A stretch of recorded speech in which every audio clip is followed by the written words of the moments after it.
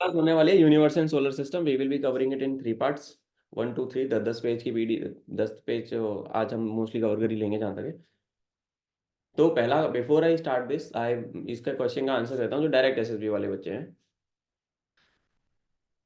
Pros and cons of क्या है, there are pros and cons. हमारी क्लास में कुछ बच्चे ऐसे हैं जिनका कि क्या है, डायरेक्ट एसएसबी, जिन्होंने, मेरे कुछ बच्चों ने डायरेक्ट एसएसबी ना दिया हुआ है।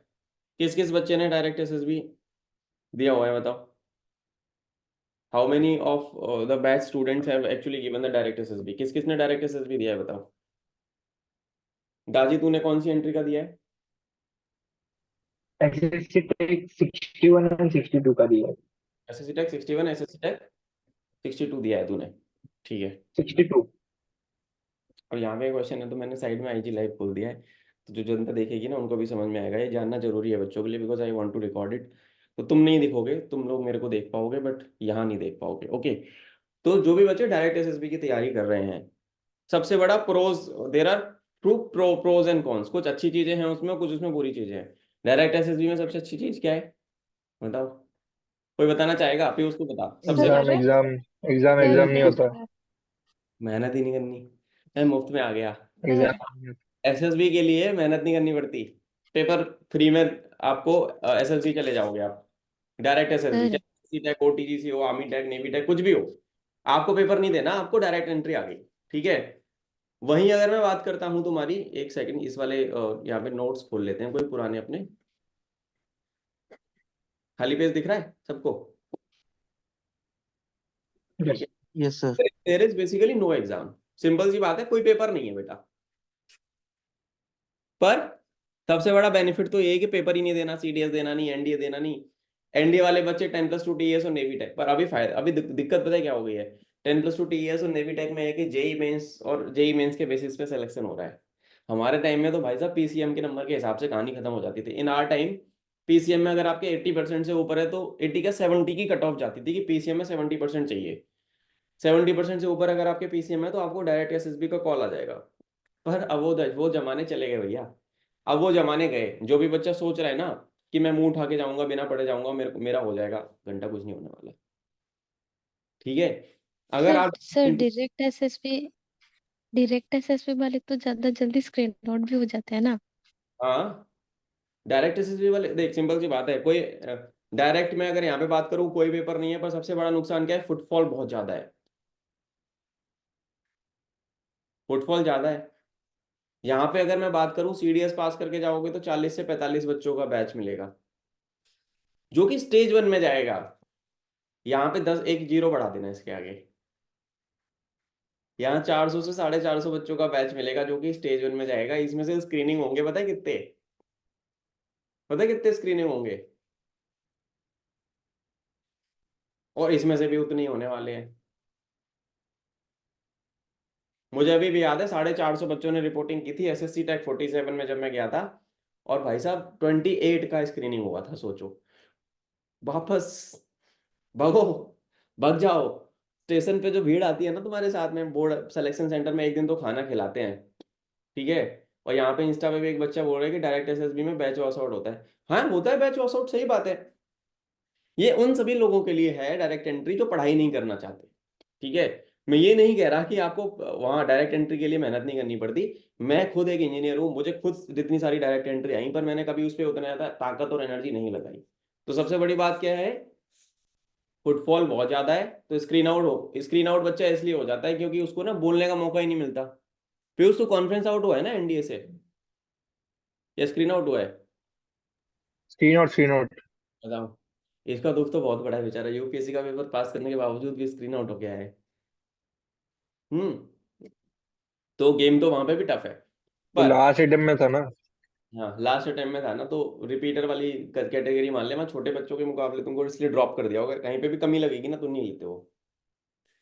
तो सबसे बड़ा गेम भाइयों और बहनों ये है। तो तुम लोग तो बहुत लकी हो, बाकी सब जो बच्चे यहाँ पे मेरे मेरे साथ क्लास में जुड़े हुए हैं, तुम लोग तो लकी हो कि तुम भीड़ से अलग काम कर रहे हो। सबसे पहली बात तो तुम लोग को कॉन्ग्रेचुलेशन उस चीज़ के लिए कि तुम जनता से, भीड़ से अलग हो। तुमने ये डिसाइड किया है कि चलो यार डायरेक्ट एसएसबी जब आएगा तो दे देंगे। मैं कभी भी एसएसबी छोड़ने के लिए नहीं बोलता, मैं ये बोलता हूँ कि रिटन एंट्री को ज़्यादा प्रेफरेंस दिया जाए, तभी सिलेक्शन होगा। समझ रहे हो? डायरेक्ट में हो जाओगे तो बहुत अच्छी बात है। You guys know Sahil Shaikh, अपना बच्चा था Sahil Shaikh. Sahil was recommended in navy technical से, ठीक है। सीडीएस से ओटीआई में दोनों में रिकमेंड हुआ वो, 3 रिकमेंडेशन लिए।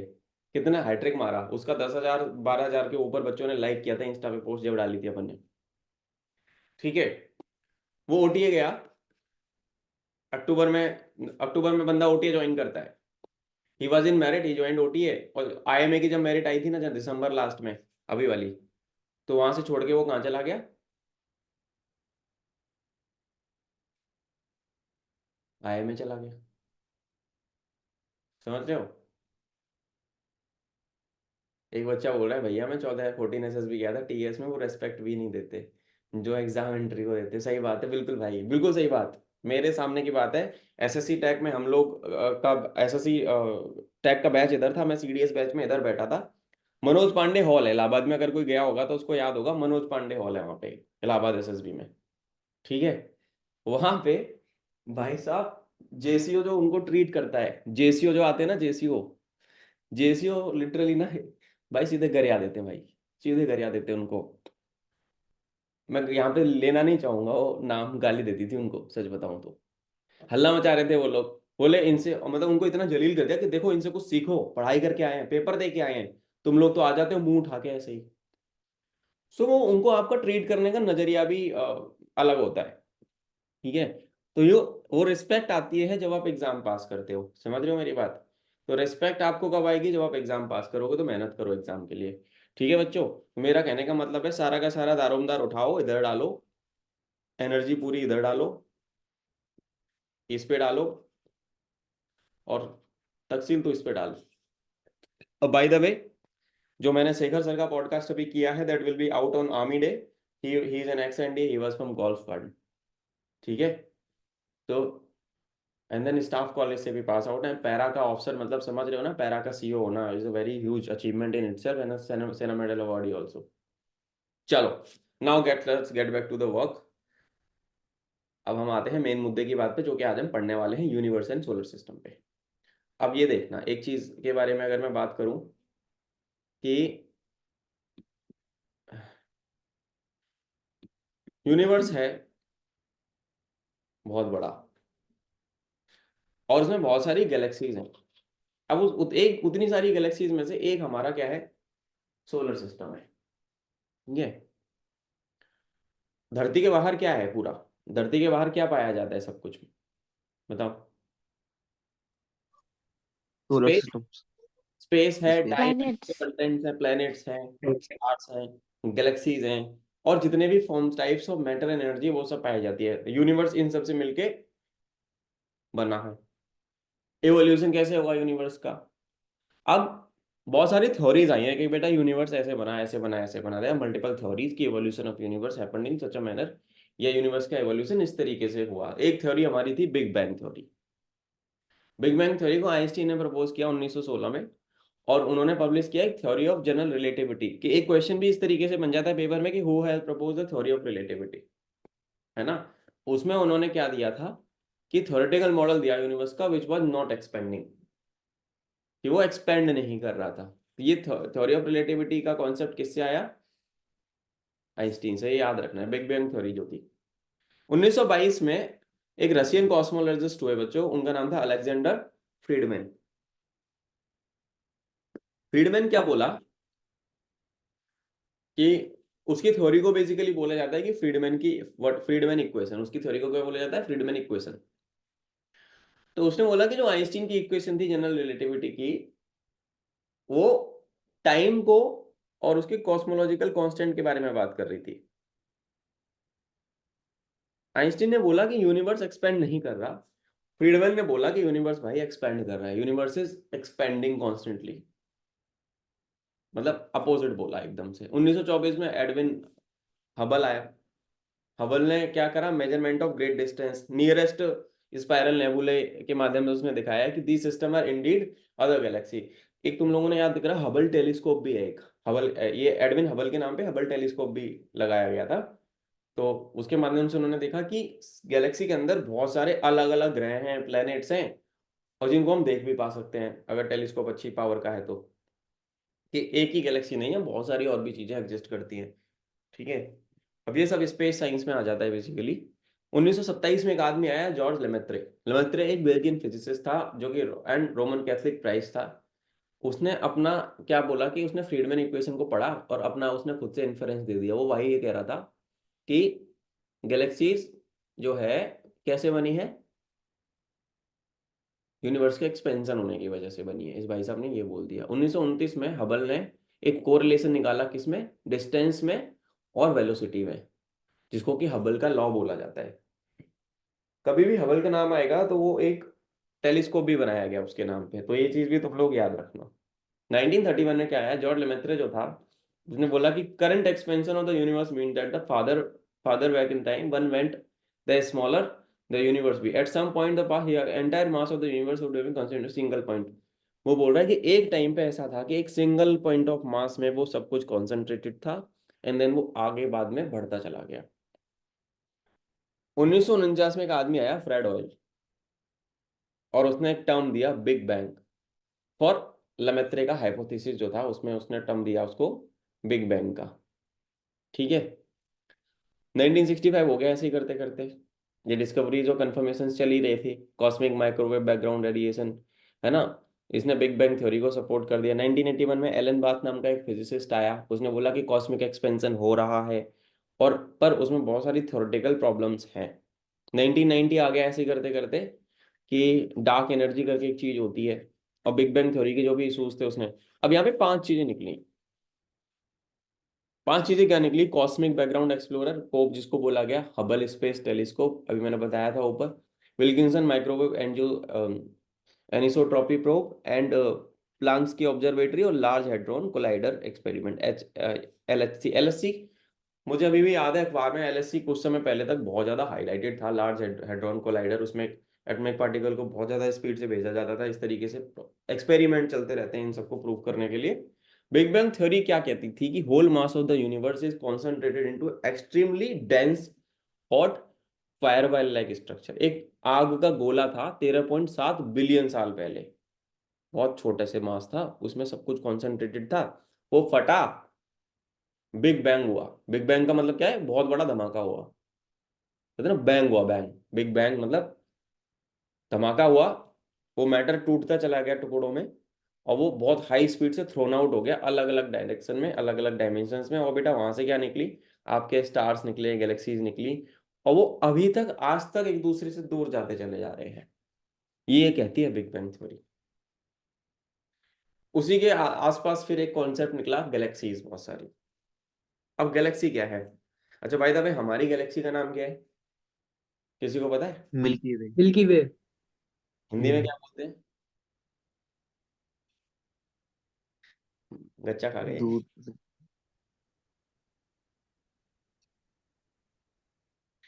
हिंदी में गैलेक्सी को बोलते हैं आकाशगंगा, मंदाकिनी आकाशगंगा। ठीक है, पता होना चाहिए यार। ठीक है, तो गैलेक्सी क्या है, गैलेक्सी ग्रेविटेशनली बाउंड सिस्टम है किसका, जिसमें स्टार्स भी हैं, प्लैनेट्स भी हैं, स्टेलर रेमिनेंट्स भी हैं, इंटरस्टेलर गैसेस हैं, डस्ट और डार्क मैटर है, ये सब मिला के गैलेक्सी बनती है। अब इसको ग्रीक वर्ड किससे लिया गया है, गैलेक्सियास से, means milky, with reference to what, milky way. तो अपनी गैलेक्सी क्वेश्चन बन गया तुम्हारा यहाँ से कि हमारी गैलेक्सी का नाम क्या है बेटा, मिल्की वे है। ओके, अगला क्वेश्चन आता है तुम्हारा, galaxies range in size from dwarf, dwarf होता है बहुत छोटा, बहुत छोटा, कोई पत्थर नुमा कोई सेब हो गई बहुत छोटी सी, with just a few 100 million stars to giant with 100 trillion stars, each orbiting its galaxy centre of mass, जो कि हर एक कोई अपनी गैलेक्सी के सेंटर ऑफ मास पे रोटेट कर रहा है ना, ऑर्बिट में घूम रहा है।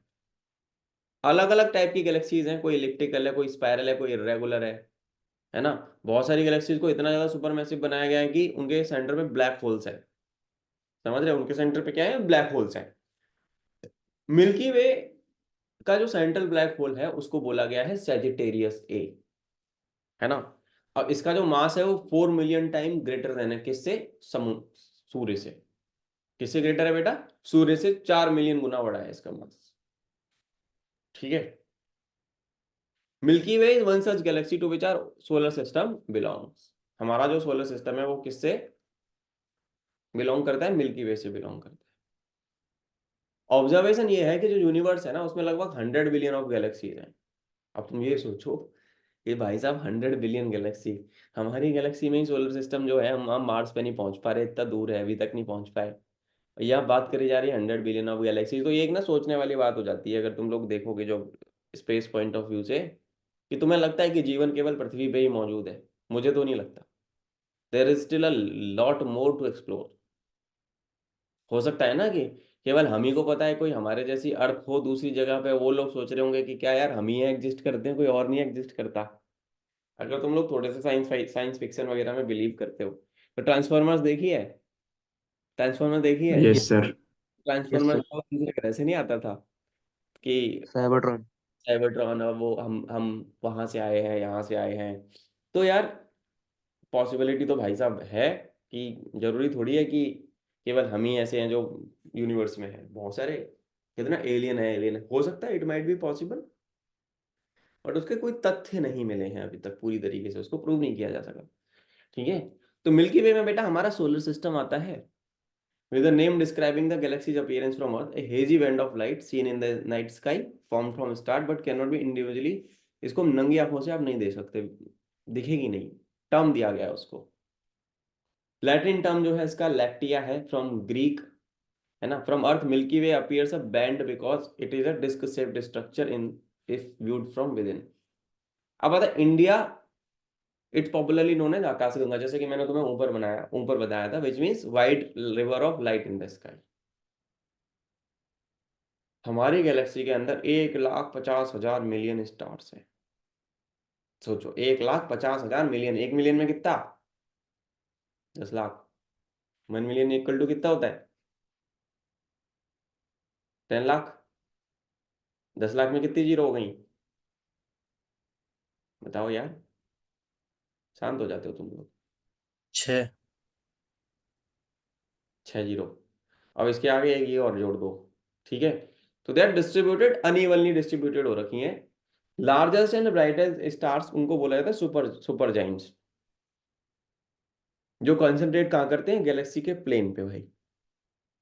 अब यही सेम है किसके बारे में? Cosmic dust. कॉस्मिक डस्ट भी होती है जो and Interstellar gases whose thickening appears as nebulae, उसको नेबुले बोला जाता है। जब वो थिक हो जाती है तो उसको नेबुला बोल दोगे आप। Even in the plane of the galaxy the main mass of the stars is located in the centre. Star का जो जो गैलेक्सी है ना उसमें जो मास ऑफ स्टार्स है उसके सेंटर में होता है पूरी तरीके से, है ना। और धीरे धीरे अगर उसके एजेस पे आप आते जाओगे तो वो क्या हो जाता है? एजेस पे आते आते बेटा खत्म होने लगता है। इस तरीके से कुछ कहानी है। Shape of this Galaxy resembles a lentil और अ थिक लेंस। सबने लेंस देखा होगा, ऐसा होता है ना लेंस। कौन सा लेंस है ये बताना जरा। कौन? कॉन्वेक्स। कॉन्वेक्स। ठीक है। तो लेंस के जैसा है, लेंटिलियल लेंस जैसा है। The thicker and brighter nucleus lying in the centre, और disc of the milky way has a diameter of nearly 1,000 light years and thick and 1,000 light year के बराबर इसकी क्या है? थिक डायमीटर है, और थिकनेस इसकी जो है वो भी बहुत ज्यादा है। अब यहाँ से एक क्वेश्चन बहुत बार मुझे अच्छे से याद है कि सीडीएस में किसी भी एग्जाम में कॉम्पिटिटिव में यूपीएससी के द्वारा बहुत ज्यादा पूछा जाता है कि light year as a unit of measurement क्या मापती है? लाइट ईयर, लाइट ईयर मापता है डिस्टेंस। डिस्टेंस की यूनिट होती है लाइट ईयर। ये पेपर में आया हुआ क्वेश्चन है, इसको भूलना मत। तुम बोलोगे कि सर ये सब क्यों पढ़ा रहे हो, ये गैलेक्सी वैलेक्सी से सवाल तो आएगा नहीं। भाई जानने में कोई हर्ज नहीं है, क्योंकि क्वेश्चन यूपीएससी जब बनाएगी ना तुम्हारा गोला घूम जाएगा दिमाग का। ये बीच में से निकाल दिए। तो light year is unit of distance, ये क्वेश्चन आया हुआ एग्जाम में। ठीक है। नेबुले की डेफिनेशन पूछी गई है। ठीक है ना। Layer of cosmic dust and interstellar whose thickening appear as nebulae. ठीक है, नेबुले की डेफिनेशन पूछी गई। अब आते हैं मिल्की वे की तरफ।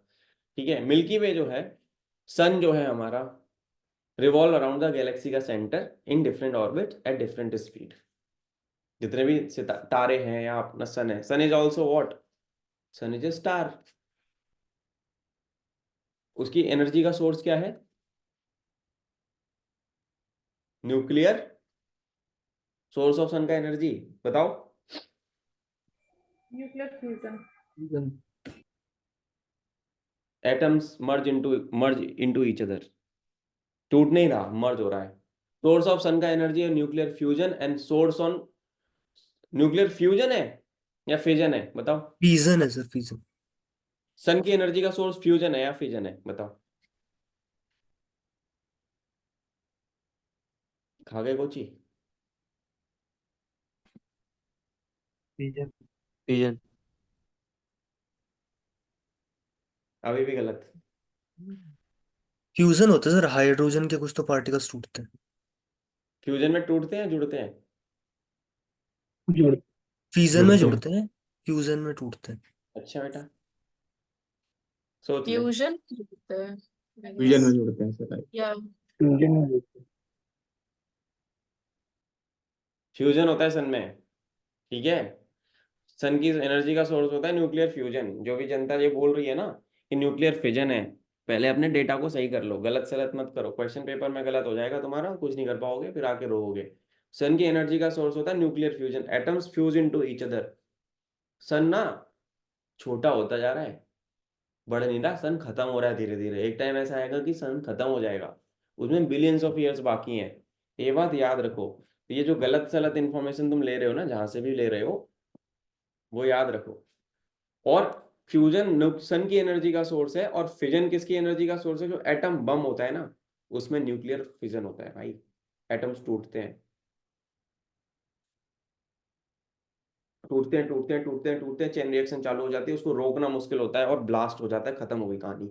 Hiroshima Nagasaki, little boy and fat man, 6 अगस्त 9 अगस्त को गिराया गया था, ठीक है। कहाँ पे गिराया था? अमेरिका ने, जापान में, न्यूक्लियर बॉम्ब। तो ये याद रखना, ये बेसिक चीज है, पता होना चाहिए तुमको, ठीक है। मैं यहाँ पे क्यूज भी देता हूँ पढ़ाते पढ़ाते, कोई स्मार्ट बच्चा होगा तो लिख लेगा, लिख, वैसे तो मैं लिख देता हूँ यहाँ पे, ठीक है ना। तो ये सारी चीजें हैं,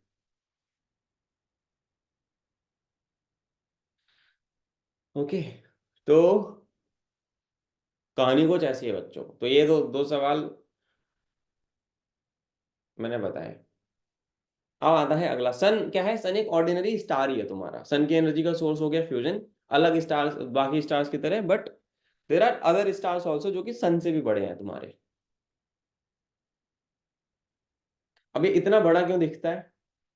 क्योंकि अर्थ के पास है, बाकियों के मुकाबले बहुत ज्यादा पास है, इसलिए इतना बड़ा दिखता है। आंखों से आपको सूर्य दिखता है, इतना बड़ा दिखता है लगभग, मतलब मुझे इतना बड़ा दिखता है, इतना बड़ा तो दिखता है ना, सूरज को देखोगे तो कम से कम डायमीटर में इतना बड़ा दिखता है, बिकॉज पास में है कंपेरेटिवली, है ना। तो ये हो गई एक चीज। अब मैं अगर बात करूं, but it looks very large and bright as compare, because पास में। अब आता है सूरज की रोशनी को अर्थ में आने में कितना टाइम लगता है। एक सवाल सबसे इंपॉर्टेंट ये हो जाता है कि it takes 8 minute 22 second to reach earth from the sun. सूरज की रोशनी को यहां तक पहुंचने में बच्चों 8 मिनट 22 सेकेंड का समय लगता है, समझ गए। और जो नियरेस्ट स्टार है उसका नाम है सर प्रॉक्सिमा। समझ नहीं आया, क्या समझ में नहीं आया? ये जो अभी 8 minutes 22 seconds। 8 मिनट इसमें क्या समझने वाली बात है? समय लगता है इतना, याद करना पड़ेगा ये तुमको। 8 मिनट 22 सेकेंड का टाइम लगता है सन की एनर्जी, न्यूक्लियर फ्यूजन के माध्यम से जो हीट रेज निकल रही हैं उससे लाइट प्रोड्यूस हो रही है, वो लाइट को अर्थ पे आने में 8 मिनट 22 सेकेंड का समय लगेगा। ये है याद करने वाली चीज, हाँ, ठीक समझ है? आ गया। याद करने वाली चीजें आपको शायद अब तक तुम याद करने वाले जोन में नहीं थी, पर अभी अगर आप रिटन एग्जाम की तैयारी में हो, जो भी बच्चे मेरे को क्लास में देख रहे हैं, अगर आप रिटन एग्जाम की तैयारी कर रहे हो, उस वाले जोन में हो, तो अपने दिमाग की क्षमता बढ़ाना चालू कर दो। बहुत पढ़ाई लगने वाली है, ठीक है। बहुत कुछ चीजें याद करनी पड़ेंगी क्योंकि अभी तक तुमने पढ़ाई नहीं करी, तो अब कर लो।